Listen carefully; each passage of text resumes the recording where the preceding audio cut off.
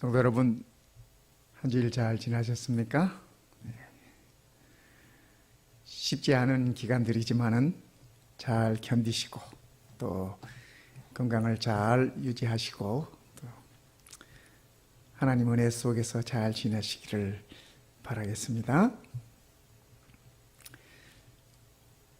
오늘 말씀을 위해서 교회로 오는데 이 날씨가 너무 아름다웠습니다. 하늘은 푸르고 녹음은 짙고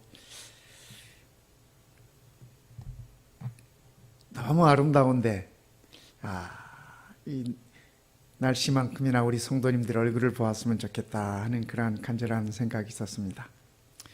시편 84편 5절의 말씀이 기억이 났습니다.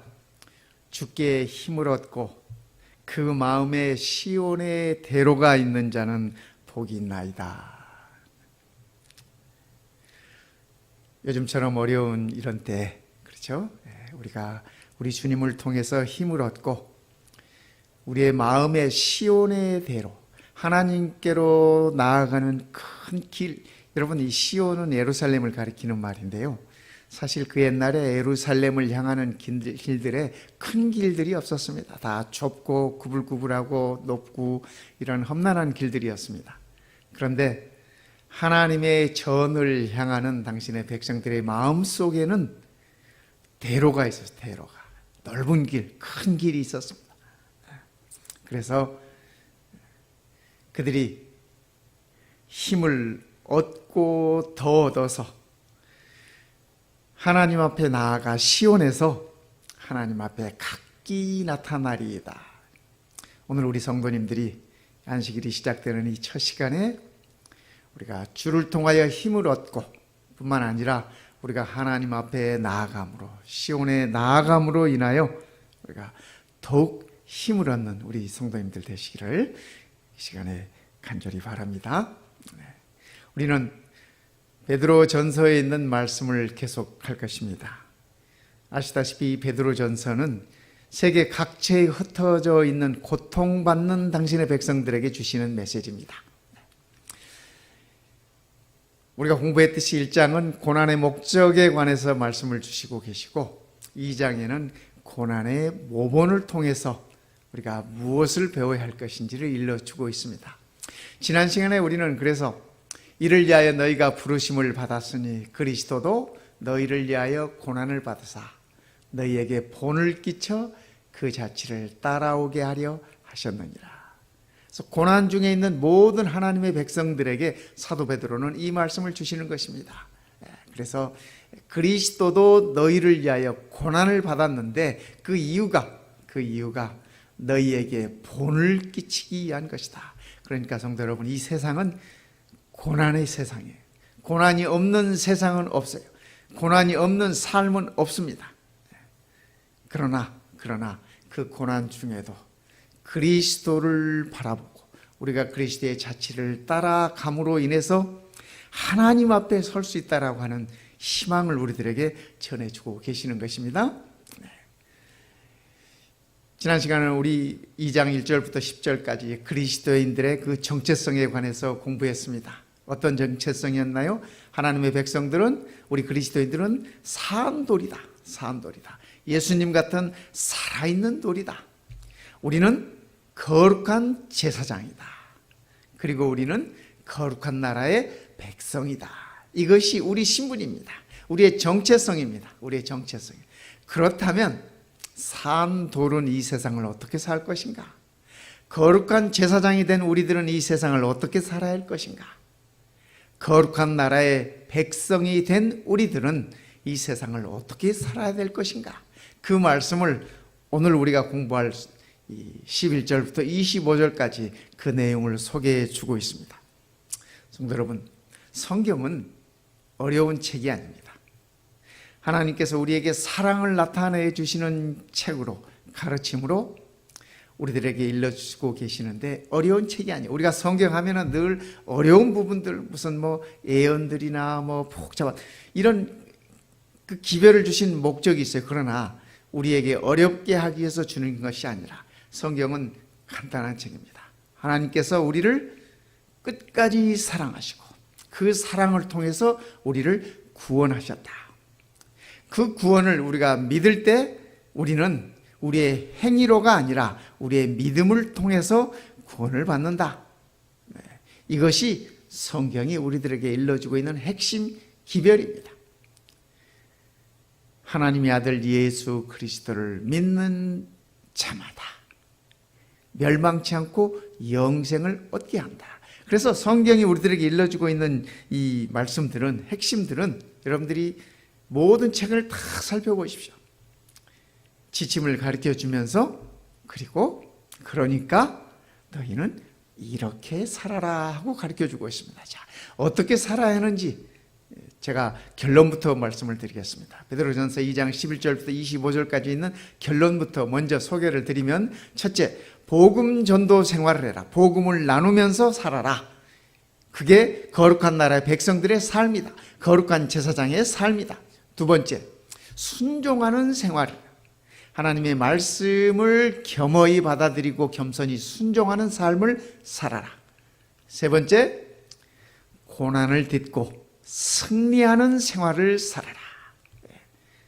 간단히 얘기하면 승리하는 생활을 살아라 하는 얘기인데, 그 승리하는 생활이 고난이 없는 곳에서의 승리하는 생활이 아니라 고난 중에 세계 각처에 흩어져 있는 디아스포라, 하나님의 백성들, 나그네 같은 하나님의 백성들에게 하나님께서 하시는 말씀이, 너희가 비록 고난이 있다 할지라도 너희는 반드시 승리하는 삶을 살아야 되는 백성이다. 그러니까 이렇게 살아라라고 가르침을 우리들에게 주고 계시는 것입니다. 복음 전도 생활을 하라, 복음을 나누라는 말씀을 주시면서 사도 베드로는 이렇게 말씀하십니다. 사랑하는 자들아, 나그네와 행인 같은 너희를 권하노니. 우리가 다 나그네 아닙니까? 우리가 다 길 떠난 사람들 아닙니까? 고향을 떠나서, 조국을 떠나서 이민 생활하면서 이렇게 살아가고 있어요. 그러한 우리를 권하노니 영혼을 거스려 싸우는 육체의 정욕을 제어하라. 이 육체의 정욕을 제어하라고 하는 이 말씀은 모든 욕심을 버리라는 얘기입니다.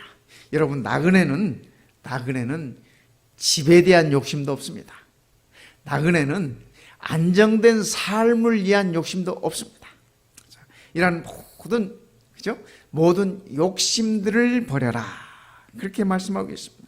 그래서 이 나그네와 행인, 히브리서에는 이렇게 얘기하고 있습니다. 이 사람들은, 우리 앞에 이 지나갔던 우리 믿음의 선조들을 얘기하시는 말씀입니다. 이 사람들은 다 믿음을 따라 죽었으며, 이 세상 사람들은 믿음이 있던 없던 다 한 번은 죽습니다. 그렇죠? 예. 우리 성도님들도 마찬가지고 저도 마찬가지. 우리가 다 죽을 것입니다. 그러나 그 죽음이 다 같은 죽음이 아니에요. 이 사람들은 약속을 받지 못하였으나 그것들을 멀리서 바라보고 환영하면서, 그죠? 그 약속들을 바라보고 환영하면서 땅에서는 외국인과 나그네노라, 그죠? 외국인과 나그네노라 증거하였으니 이같이 말하는 자들은 본향 찾는 것을 나타냅니다. 그러니까 성도 여러분, 우리가 다 이 외국인이에요. 어떻게 외국인이에요? 여러분이 미국에 살면서 미국의 시민권을 가졌어도 여러분들은 외국인이에요. 한국 시민권을 가지면서 미국에 와서 영주권을 갖고 살아도 우리는 외국인들이에요. 왜냐하면 우리는 거듭남을 통해서, 우리는 믿음을 통해서 하늘 왕국의 백성이 되었기 때문에 그렇습니다. 우리의 국적은 미국이 아니라 하늘, 천국이, 하나님의 왕국이 우리의 국적입니다. 그래서 우리가 이 땅에 사는 한 우리는 외국인에 불과한 것입니다. 우리는 하나님 왕국의 백성이기 때문에 그렇습니다. 저희가 이제는 더 나은 본향을 사모하니 곧 하늘에 있는 것이라. 그렇죠? 저희가 나온 바 본향을 생각하였더라면 돌아갈 기회가 있었으려니와 저희가 이제는 더 나은 본향을 사모하니 그러니까 성도 여러분, 이렇게 한국에 못 간다고 너무 이렇게 서로하지 마시기 바랍니다. 우리에겐 더 나은 본향이 있어요. 곧 하늘에 있는 것이다. 그러므로 하나님이 저희 하나님이라 일컬음 받으심을 부끄러워 아니하시고 저희를 위하여 한 성을 예비하셨느니라. 성도 여러분, 가끔 우리는 하나님을 믿는다고 하는 그 말 가운데 부끄러움이 있나요? 세상에 있는 사람들이 우리를 향해서 예수 믿습니까? 할 때 우리에게 부끄러움이 있나요? 그렇죠? 가끔 우리 그리스도인들이 우리의 신분을 이렇게 표현하면서 부끄러움을 드러내는 경우들이 있습니다. 그런데요, 우리 하나님은 우리가 하나님이라고 부르는 것에 대해서 부끄러워하지 아니하시는 분이십니다. 하나님이 우리를 부끄러워하지 아니하는데 우리가 하나님을 부끄러워하면 되겠습니까, 성도 여러분? 그래서 베드로는 이렇게 일러주고 있습니다. 나그네다운 삶을 살기 위하여, 나그네와 행인 같은, 외국인 같은 삶을 살기 위해서는 이렇게 살아라. 육체의 정욕을, 우리의 모든 욕심들을 버려라. 어떤 분들은 건강에 무지무지 욕심을 부리는 분들이 계시더라고요. 어떤 분들은 또 재물에 또 엄청 욕심을 부리는 분들이 계시더라고요. 어떤 분들은 지식에 엄청 욕심을 부리시는 분들이 계세요. 어떤 분들은 교육받는 일에 또 욕심을 부리고, 어떤 분들은 자식에게 또 욕심을 엄청 부려요.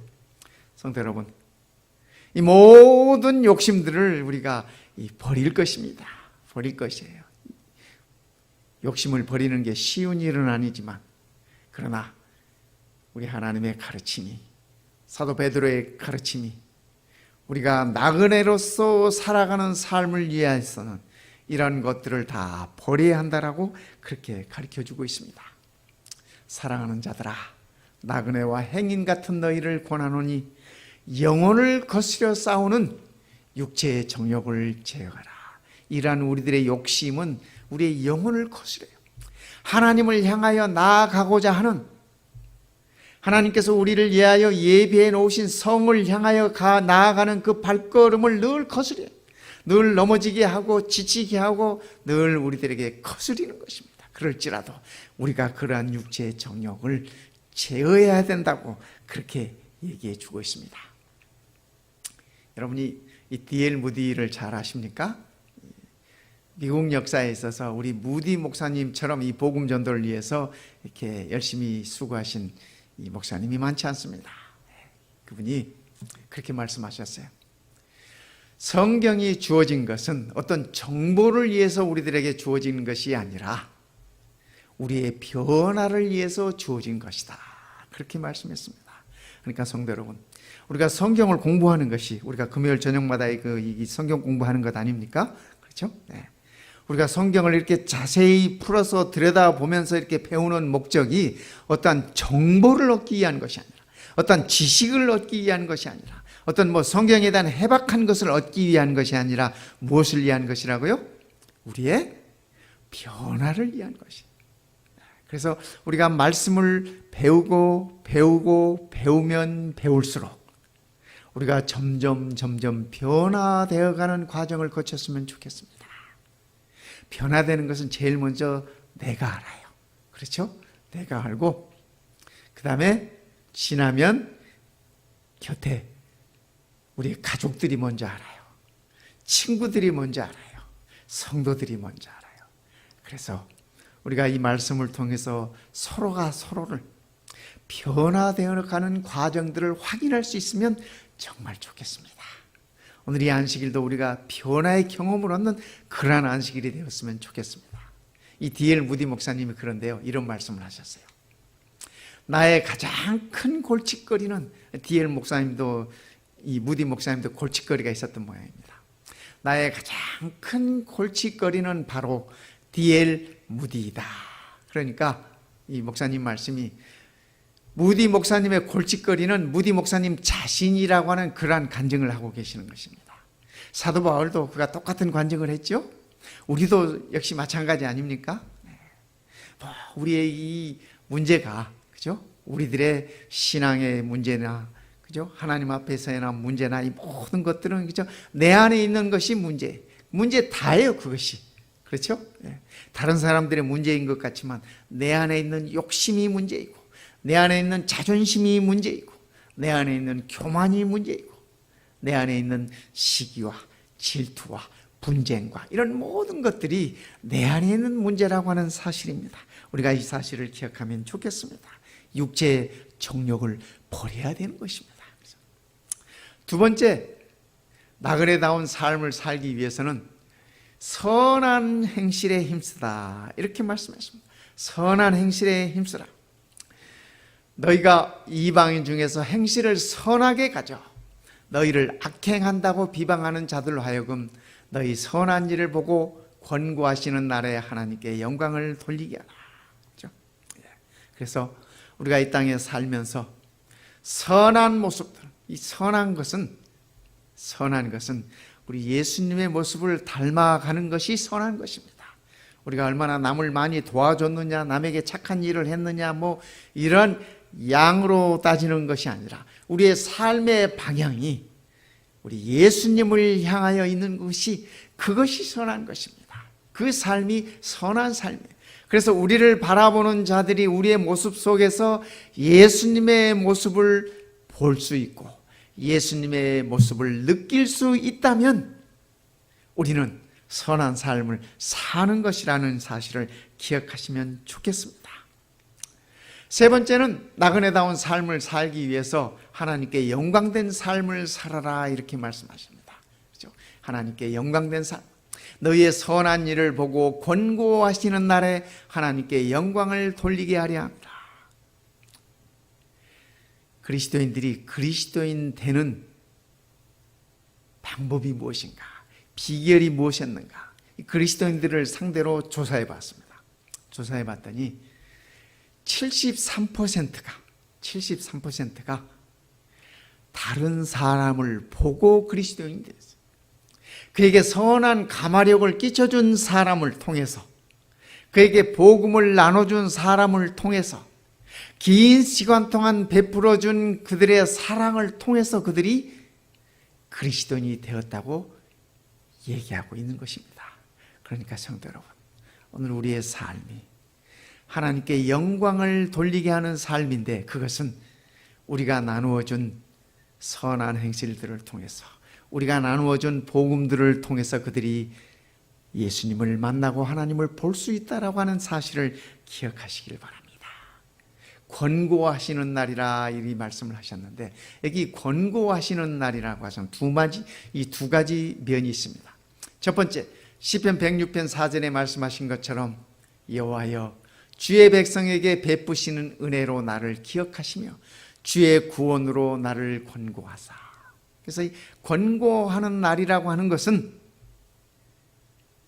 하나님의 백성들에게 있어서는 구원의 날입니다. 구원의 날이에요. 그런데요, 이 권고하시는 날이 누가복음 19장에 볼 것 같으면 예루살렘의 멸망을 향하여 우리 주님께서 주시는 말씀 가운데 이렇게 말씀하셨습니다. 또 너와 및 그 가운데 있는 내 자식들을 땅에 메어치며 돌 하나도 돌 위에 남기지 아니하리니, 예루살렘의 멸망을 예언하시면서 이는 권고받는 날을 내가 알지 못함을 인함이니라 하시니라. 그러니까 하나님을 거절하는, 예수님의 가르침을, 말씀을 거절하는 자들에게는 그날이 심판의 날이에요. 심판의 날. 그래서 권고함을 받는 그날이 누구에겐가는 구원의 날이지만 그날이 누구에겐가는 심판의 날이라고 하는 사실을 기억하시기 바랍니다. 성도 여러분, 저는 이 권고하시는 날이 구원의 날이심을 인하여 감사드립니다. 우리도 또한 이 날이 구원의 날인 것을 기억하시고 하나님께 감사와 찬양을 드릴 수 있으면 좋겠습니다. 두 번째, 거룩한 제사장들의 삶은 어떠해야 되는가? 하늘 백성의 삶들은 어떠해야 되는가? 순종하는 생활이어야 한다라고 베드로는 얘기를 하고 있습니다. 인간에 세운 모든 제도를 주를 위하여 순종하되, 혹은 위에 있는 왕이나 권세 잡은 자들이나, 그러니까 우리가 이 세상에 살지만, 그죠? 우리가 이 세상에 살지만 정부의 지침에 잘 따르는 것도 순종하는 삶. 우리가 하나님의 말씀에 순종해야 할 것이지만은 세상의 모든 제도에도 우리가 순종해야 될 것입니다. 사환들아 범사에 두려워함으로 주인들에게 순복하되, 이 말씀을 요즘 말로, 요즘 언어로 이렇게 바꿔 놓는다면 이렇게 할 수 있을까요? 인프로이드라, 그죠? 인프로이어에게 순종해라, 그 말입니다. 우리를 채용하고, 그죠? 우리에게 일을 시키는 자들에게 이렇게 순종하라는 얘기입니다. 그들이 꼭 이 선하고 관용스러운 것만이 아니라 어떤 자들은 까다로운 상관들도 있어요. 그렇지 않습니까? 우리가 직장 생활 하다 보면 참 그냥 속에서 부글부글 끓고 입까지 그냥 뭐 이렇게 막 이렇게 뭐 이렇게 올라오는 그런 사람들도 있어요. 우리가 직장 생활 하다 보면. 또 남자들은 군대 생활 하다 보면 참 막 이렇게 참 이렇게 안 입고 없고 막 그런 것들이 있어요. 그렇더라도 순복하라고 그렇게 얘기합니다. 여러분, 이 베드로 때 말입니다. 사도 베드로가 있었던 이 1세기경에 이 세상에 노예 제도가 많이 있었습니다. 그렇죠? 주인이 있었으면 노예가 있었습니다. 그런데 노예들아 붕괴하고 일어나서 이 모든 제도를 타파해라, 이렇게 말씀하시지 않으셨어요. 또 우리 예수님도 가르침을 주시면서 로마를 뒤엎고 새 세상을 너희에게 만들어 주겠노라, 이렇게 가르치지 않으셨어요. 우리 예수님은 하나님의 왕국을 말씀하셨어요. 그러면서 세상의 제도들에 순종하라고, 순복하라고 그렇게 일러주셨습니다. 성도 여러분, 그러니까 그렇죠? 코로나 바이러스를 통해서 거리를 유지하고 소셜 디스턴스를 이렇게 유지하고, 그렇죠? 마스크를 쓰고 뭐 이렇게 하는 가르침들이 주면 우리가 순복해야 돼. 저는 요즘 안타까운 게 참 또 그런 것에 대해서 또 이렇게 그 반기를 드는 분들이 있어서 참 안타까워요. 저분들이 저러다가, 그렇죠? 누구도 막지 못하는 이 바이러스에 이렇게 걸리면 어떡할까? 그런 생각이 들기도 말입니다. 그러나 우리 하나님의 가르침은, 그렇죠? 사도 바울도 로마서 13장에 그렇게 얘기합니다. 각 사람은 위에 있는 권세들에게 굴복해라, 순종하라는 말씀입니다. 권세는 하나님께로 나지 않음이 없나니 모든 권세는 다 하나님이 정하신 바라. 그래서 가능하면 제도 속에서, 그죠? 이 세상에 있는 모든 이러한 권세들에 우리가 순종하라고 그렇게 가르치고 있습니다. 그러나 조건이 하나 있습니다. 베드로와 요한이 대답하여 가로되, 하나님 앞에서 너희 말 듣는 것이 하나님 말씀을 듣는 것보다 옳은가 판단하라. 그렇죠? 세상의 지도자들의 가르침이 하나님의 가르침에 반하는 것들이라면, 하나님의 원칙에서 벗어나는 것들이라면 굳건히 서라고 그렇게 말씀을 해주고 계십니다. 이 베드로와 요한이 이 제사장이나 관원들이 눈만 부릅떠도 겁먹고 이렇게 벌벌 떨던 사람들이었습니다. 도망치던 사람들이었습니다. 그런데 그들이 예수님을 진심으로 만나고 십자가 사건 이후를 지나면서, 오순절을 지나면서 성령의 감동하심을 받고 그들이 이제는 담대해졌습니다. 제사장들이, 관료들이 이들을 욱박지르고 너희가 예수를 전하지 말라, 이렇게 겁을 주고 했을 때 요한과 베드로가 하는 말이, 하나님 앞에서 너희 말 듣는 것이 하나님 말씀을 듣는 것보다 옳은지 너희가 판단해 보아라, 이렇게 담대히 외쳤던 것입니다. 성도 여러분, 오늘 우리도 마찬가지입니다. 마찬가지예요. 우리가 세상의 모든 제도들이나 세상의 모든 지도력에 관해서 우리가 순종할 것입니다. 그러나 그것이 하나님의 원칙을 무너뜨리는 것이라면 우리가 강하게 담대하게 서야 할 것입니다. 잘 아시죠? 바벨론에서 느부갓네살 왕이 자기의 왕국을 표상하는 머리부터 발끝까지 금으로 우상을 만들어 놓고 거기에 이렇게 경배하라고 했습니다. 경배하라고 했어요. 그때 다니엘의 세 친구들이 그 왕의 명령을 거절했습니다. 그 명령을 거절하면 그들은 풀무불에 들어가는 것이라고 그렇게 말씀했습니다. 이 젊은이들이 우상을 섬기지 않음으로 자기들이 풀무불에 들어갈 것을 알았습니다. 알았어요. 그래서 그들이 한 말이 이런 말씀: 왕이여, 우리가 섬기는 우리 하나님이 우리를 극렬히 타는 풀무 가운데서 능히 건져내시겠고, 여기 극렬히 타는 불은 그죠? 이 금을 녹이는 그런 불입니다. 그렇죠? 그러니까 우리 몸 같으면은 순식간에 사라져요. 순식간에 사라져요. 왕의 손에서도 건져내시리이다. 그리 아니하실지라도 왕이여, 우리가 왕의 신들을 섬기지도 아니하고 왕이 세우신 금신상에게 절하지도 아니할 줄을 아옵소서. 요즘 우리가 금신상에 절하라고 하는 그러한 그 강요를 받지 않는 시대에 살고 있기 때문에 요즘 우리는 이 말씀과 상관이 없나요? 성도 여러분, 우리가 무슨 신사참배를 하라는 둥, 우리 일제시대 때처럼 말입니다. 그런 외부의 강압에 의해서 강요되는 어떤 그런 것들이 있지 않다 할지라도 요즘은 우리의 마음속에 또 다른 우상들은 없는지 우리가 한번 살펴보아야 할 것입니다. 우리의 예배 대상은 오직 우리를 창조하시고 우리를 구속하신 여호와 하나님뿐이시다. 혹여라도 내 안의 욕심 때문에 하나님 외에 다른 우상들이 있지는 않는지 우리가 한번 살펴보면 좋겠습니다. 그래서 말입니다. 우리가 순종하는 삶을 살아가야 되는 것입니다. 나그네의 삶을 사는 우리들, 외국인의 삶을 사는 우리들, 하나님의 말씀에 순종하면서 살아갈 것입니다. 세상의 법이 하나님의 법을 파괴하는 것이라면 우리는 하나님 앞에 세상을 향하여 담대하게 설 수 있어야 되는 것입니다. 세 번째는 고난을 딛고 승리하는 생활을 살아야 된다. 거룩한 제사장의 삶은 그렇습니다. 하나님 왕국의 백성들의 삶은 이렇다고 베드로는 우리들에게 일러주고 있습니다. 그러면서 참음의 덕을 가져라, 인내해라 그렇게 말씀하십니다.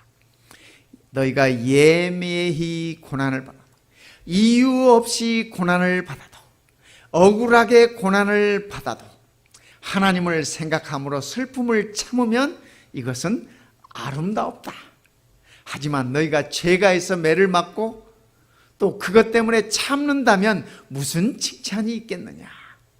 오직 선을 행함으로 고난을 받고 참으면 이는 하나님 앞에 아름다움입니다. 성도 여러분, 우리가 혹시 안식교이기 때문에 고난받는 경우들이 있습니까? 듣지 말아야 될 얘기들을 듣는 경우들이 있습니까? 지난주에 우리 어떤 성도님이 제게 그런 말씀을 하셨어요. 목사님, 안식교인 저를 향해서 이단이라고 하는 것 얘기를 들으면서 정말 속이 상했습니다. 성도 여러분, 속상하죠? 그러나 즐거워하시기 바랍니다. 하나님 앞에 아름다운 것이에요. 그죠? 애매하게 고난을 받아도, 억울하게 엉뚱한 소리를 들어도, 그죠? 하나님의 말씀을 따르고 진리를 순종함으로 이단이라는 말을 들어야 된다면 우리가 즐거이 그 말을 들으십시다. 들으셔요. 그죠? 우리 예수님도 제사장들에게, 서기관들에게 이단이라는 말씀을 들었고, 사도 바울도 이단의 괴수라고 그런 얘기도 들었어요. 뭐 우리가 그런 거 그렇게 신경 쓰지 마십시다. 뭐 한국에 있었던 그죠? 이 기독교 총회에서 이렇게 세미나 하면서 우리 교회 목사님들이 나와서 이렇게 발표를 하는데, 다른 교회 이 목사들이 나와가지고 제7일 안식일 예수 재림교회가 이단이 아니다라고 이렇게 얘기하는 영상들도 세미나 이렇게 영상 보셨죠? 뭐 그런 거 가지고 너무 뭐 그렇게 이렇게 좋아할 것도 없어요. 뭐 그분들이 이단이 아니라고 해서 우리가 이단이 아니고, 그분들이 이단이라고 해서 우리가 이단입니까? 그렇죠? 그러니까 우리 뭐 그런 거 너무 신경 쓸 거 아니에요. 하나님 앞에서, 그렇죠? 말씀을 따르고 진리를 따름으로 인해서 우리가 예매하게 고난을 받아도 욕을 먹어도 하나님 앞에서 이는 아름다운 것이니라. 그래서 우리가 좀 당당하게 살아가면 좋겠습니다. 당당하게 살아갔으면 좋겠어요. 인내함으로 우리가 덕을 가질 것입니다. 이 파인애플 스토리라고 하는 책이 있어요. 뭐 이게 크지 않은 책인데, 이 자그마한 책인데요. 그 책의 내용이 이렇습니다. 이 파푸아 뉴기니에, 그죠? 저기 뉴질랜드 이 땅이죠. 거기에 이 젊은 부부가 이렇게 선교사로 갔습니다. 부인은 의사하고, 또 이렇게 남편은 목사인 그런 선교사 부부가 파푸아 뉴기니아에 이렇게 가서 환자들을 돌봐주면서 이렇게 이제 거기서 선교 활동을 이렇게 하고 있습니다. 어느 날 사람을 고용해 가지고 이 선교사 부부가 파인애플 나무를 100그루를 심었습니다. 파인애플 이렇게 생겼어요. 뭐 다 아시겠지만 저는 파인애플을 제주도에서 맨 처음 봤는데, 파인애플이 이렇게 야자수 나무처럼 그렇게 큰 나무인 줄 알았습니다. 나중에 봤더니 뭐 이렇게 조그만 화초 같더라고요. 근데 거기에 이렇게 이 파인애플이 열리더라고요. 이 파인애플 나무를 100그루를 이렇게 그 원주민들을 이렇게 돈을 주고 사람을 사가지고 이렇게 심었습니다. 가지고 파인애플이 잘 자랐습니다. 3년을 키웠는데 이런 파인애플이 이렇게 주렁주렁 열린 겁니다. 그런데 어느 날 농장에 나가 보니까 이 파인애플이 다 잘려나가고 없는 거예요. 파인애플 100그루면 이렇게 적은 거 아니지 않습니까? 근데 하룻밤 자고 나면 파인애플이 없어지고, 이틀밤 자고 나면 파인애플이 또 없어지고, 그래가지고 이 선교사 부부가 속이 상했습니다. 그래서 하루는 지켜봤어요. 지켜봤더니 그 파인애플을 이렇게 심어줬던 청년이 밤에 와가지고 파인애플을 잘라가는 겁니다. 다음날 그를 이렇게 붙들고 물었습니다. 화가 났지만 그래도 화를 이렇게 억누르면서, 아니 어떻게 너가 파인애플을 잘라갈 수 있느냐? 왜 파인애플을 가져갔느냐? 이거 도둑질인 거 알지 못하느냐? 그랬더니 그 청년 하는 얘기가, 아닙니다. 우리의 풍습은 이 파인애플은 심는 사람이 주인입니다. 우리가 심었으니까 우리가 가져가는 겁니다. 이 선교사 부부가 도저히 이해할 수가 없었습니다. 그들의 문화를 이해할 수가 없었어요. 그래가지고 고민하다가 이 파인애플 주인이, 그러면 이거 너희들이 심었다고 하니까 너희들이 다 옮겨가거라. 그랬더니 하는 얘기가, 옮기는 값을 달래, 인건비를. 그랬더니 옮기는 값을 줘야 된대. 그래도 선교사 부부니까, 그죠? 선교사 부부니까 화를 누르고, 그죠? 참으면서 옮기는 값을 줬대요. 그래서 파인애플을 이제 남은 거, 그죠?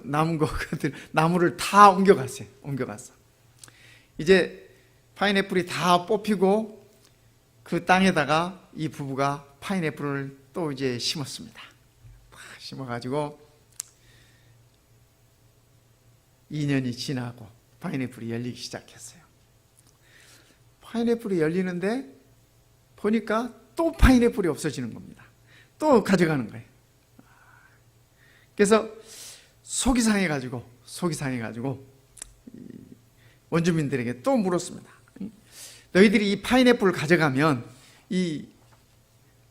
그 의료 진료실 의사니까 이거 다 클로즈 해버리겠다. 그렇게 얘기를 해도 잘라가는 거예요. 그래서 진료소를 끌어줘야 버렸어요. 그랬더니 원주민들이 다 자기네 마을로 들어가 버리고 안 나와요. 선교사 부부가 선교하기 위해서 진료소를 차리고 이렇게 했는데 원주민들이 안 오니까 고민이 됐습니다. 그래서 할 수 없이 또 문을 열었어요. 그때 사람들이 와요. 파인애플을 또 잘라가. 안 되겠다 싶어가지고 이번에는 독일산 세퍼드를 사가지고, 독일산 세퍼드 무섭지 않습니까? 이 파인애플 거기를 지키도록 했어요. 근데 이제는 이 세퍼드가 지키니까 원주민들이 안 오는데 아예 원주민들을 만날 수가 없어. 이 근처에 오질 않는 겁니다. 그러니까 파인애플은 남아있는데 사람이 안, 그러니까 복음을 나눠줄 사람도 없어. 그러다가 부부가 이렇게 휴가를 얻어가지고 본국에 돌아와가지고 세미나를 참석을 했습니다. 세미나를 참석을 했는데 세미나의 주제가 나의 것은 없으며 모든 것은 하나님께로부터 온다. 세미나의 주제가 그랬습니다. 3일 동안 그 세미나를 이렇게 들으면서 저녁에 기도를 드리는데 자꾸 이 파인애플 생각이 나는 것입니다. 네. 기도 중에 파인애플 이 주인이 누구냐? 네가 주인이냐? 심기는 네가 심었지만 길러주고 햇빛을 주고 비를 주는 것은 내가 아니냐? 그런 생각이 들더라고요. 그래서 이 선교사 부부가 회개했었습니다. 하나님 앞에 회개의 기도를 드리면서 잘못했습니다. 이 파인애플이 우리의 것인 줄 알았는데 이것이 다 하나님의 것이었군요. 그래서 큰 깨달음을 얻고 이제 돌아왔습니다. 돌아와서 이제 선교지로 다시 와가지고 파인애플을 이렇게 잘 갖고 왔습니다. 가꾸고 있는데 또 원주민들이 와서 파인애플을 잘라가요. 아무 얘기 안 했습니다, 이번에는. 왜냐하면 이제 하나님의 것이니까, 하나님의 것이라는 생각을 하니까 그렇게 마음이 편할 수가 없어요. 원주민들이 잘라가도 그렇게 마음이 편해. 그랬더니 이번에는 원주민들이 와서 질문하는 것입니다. 아니, 왜 우리가 파인애플을 이렇게 가져가도 아무 말씀도 하지 않으십니까? 그때 이 선교사 부부가 그렇게 얘기했습니다. 이 파인애플은 하나님의 것이니 당신들 가지고 가고 싶은 대로 다 가져가십시오. 난 그저 열심히 기를 뿐입니다. 그렇게 얘기해요. 그랬더니 원주민들이 그 다음부터 안 가져가는 거예요. 그래서 선교사가 물어봤어요. 아니 왜 파인애플을 안 잘라가느냐? 그랬더니 원주민이 하는 얘기가 우리는 하나님의 것은 가져가지 않습니다. 그때부터 이 선교사 부부는 이 원주민들에게 복음을 나눌 수 있었다고 합니다. 이 원주민들은 이 파인애플도 안 가져갔을 뿐만 아니라 그들이 그리스도를 만나고 이 선교사 부부가 전하고 싶어 했던 그리스도를 만나고 복음을 접하고 모든 것이 하나님의 것이 되고 그들의 영혼까지도 하나님의 것이 됐다고 하는 그러한 얘기가 이 파인애플 스토리에 있어요. 제가 이 책을 읽으면서 참 많은 깨달음이 있었습니다. 성도 여러분, 우리도 인내하면서 인내의 덕을 가지면서 이렇게 살 수 있으면 좋겠습니다. 서로 마음을 같이하며 높은 데에 마음을 두지 말고 오히려 낮은 데에 처하여 스스로 지혜 있는 척하지 말아라. 우리 하나님의 가르침입니다. 뿐만 아니라 고난을 딛고 승리하는 생활은 그리스도를 모범으로 삼는 자들입니다. 우리를 위하여 고난을 받으신 우리 예수님을 본으로 삼고 사는 삶인 것입니다. 이를 위하여 너희가 부르심을 입었으니 그리스도도 너희를 위하여 고난을 받으사 너희에게 본을 끼쳐 그 자취를 따라오게 하려 하셨느니라. 우리가 고난이 있습니다. 세상은 온통 고난이. 여러분 날생자를 이렇게 보면 한문으로 날생자 아시죠? 네. 이 소가 외나무 다리를 건너는 모습이 날생자입니다. 그렇죠? 네. 살생자, 날생자. 그렇죠? 얼마나 어렵겠습니까? 우리가 외나무 다리 건너봐서 알지만 두 발 가진 우리도 쉽지 않아요. 그렇죠? 이 밑에 강물이 보인다거나 뭐 이러면. 그런데 네 발 가진 소가 그 외나무 다리를 건너려니 얼마나 힘들겠습니까? 얼마나 고통이겠습니까? 그렇죠? 사는 것이 다 그래요. 이 세상 모든 삶이 다 그래요. 죄가 있기 때문에 그렇죠.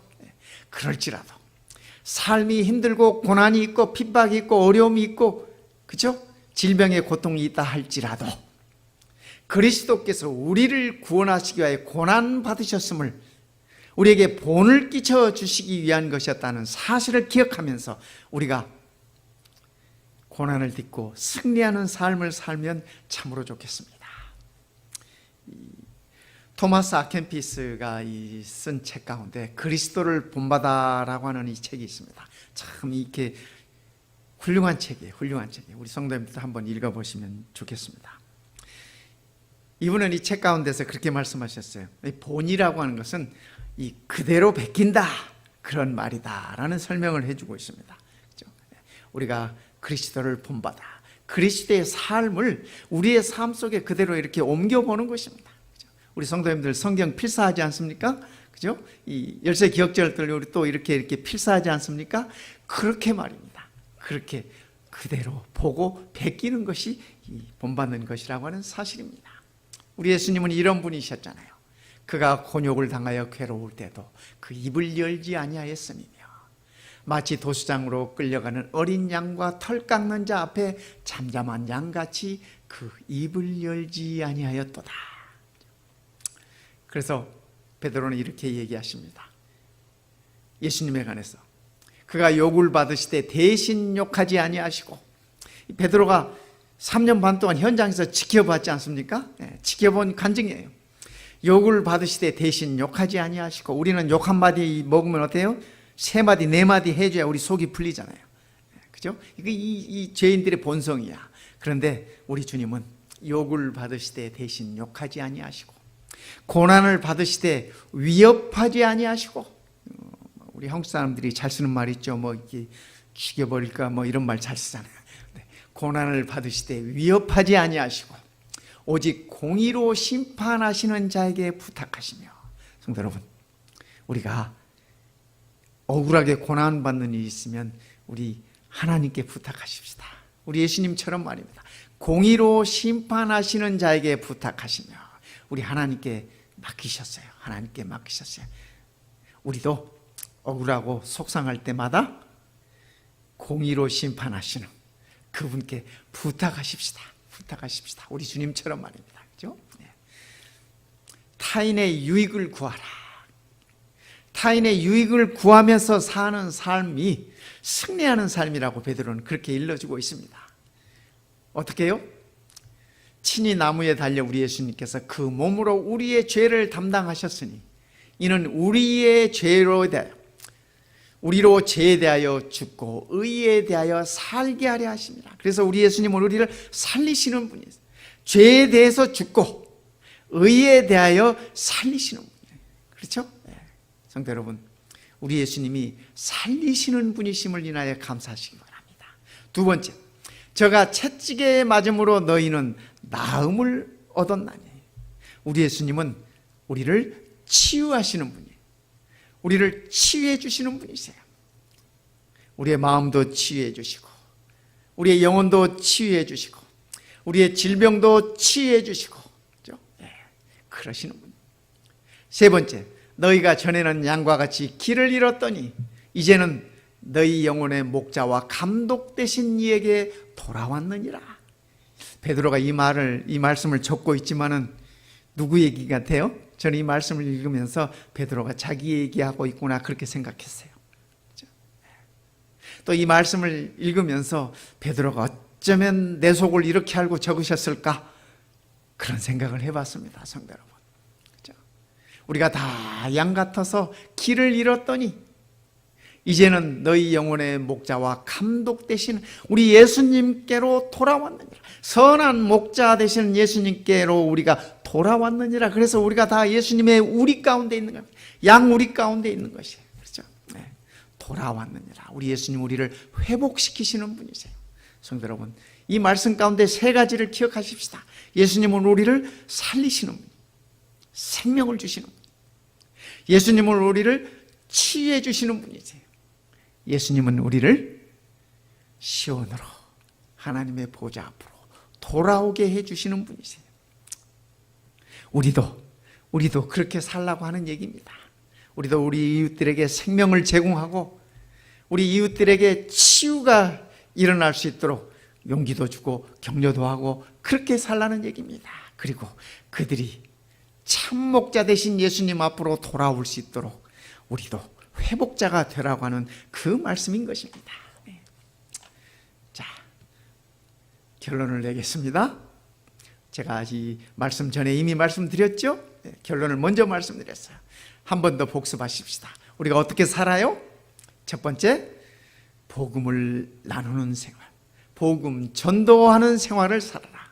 두 번째, 순종하는 생활을 살아라. 이 순종은 하나님의 말씀뿐만 아니라 세상의 모든 제도와 세상의 지도자들에게도 순종하라는 그런 말씀입니다. 그리고 승리하는 생활을 살아라. 고난이 있더라도, 아픔이 있더라도, 고통이 있더라도 끝내는 우리가 승리한다는 얘기입니다. 그래서 성도 여러분, 성경은 실패자들의 얘기를 하고 있지 않습니다. 성경은 승리자들의 얘기를 담고 있는 것입니다. 그러기에 성경은 고난이 있더라도 끝까지 승리하는 자, 끝내는 이기는 그러한 승리자들의 이야기인 것을 기억하시고 오늘 우리도 끝내는 이길 것이라는 확신과 믿음으로 승리하는, 그리고 이 안식일이 가장 행복한 안식일로 하나님께 경배와 찬양을 드리는 우리 모든 성도님들 되시기를 이 시간에 간절히 바랍니다.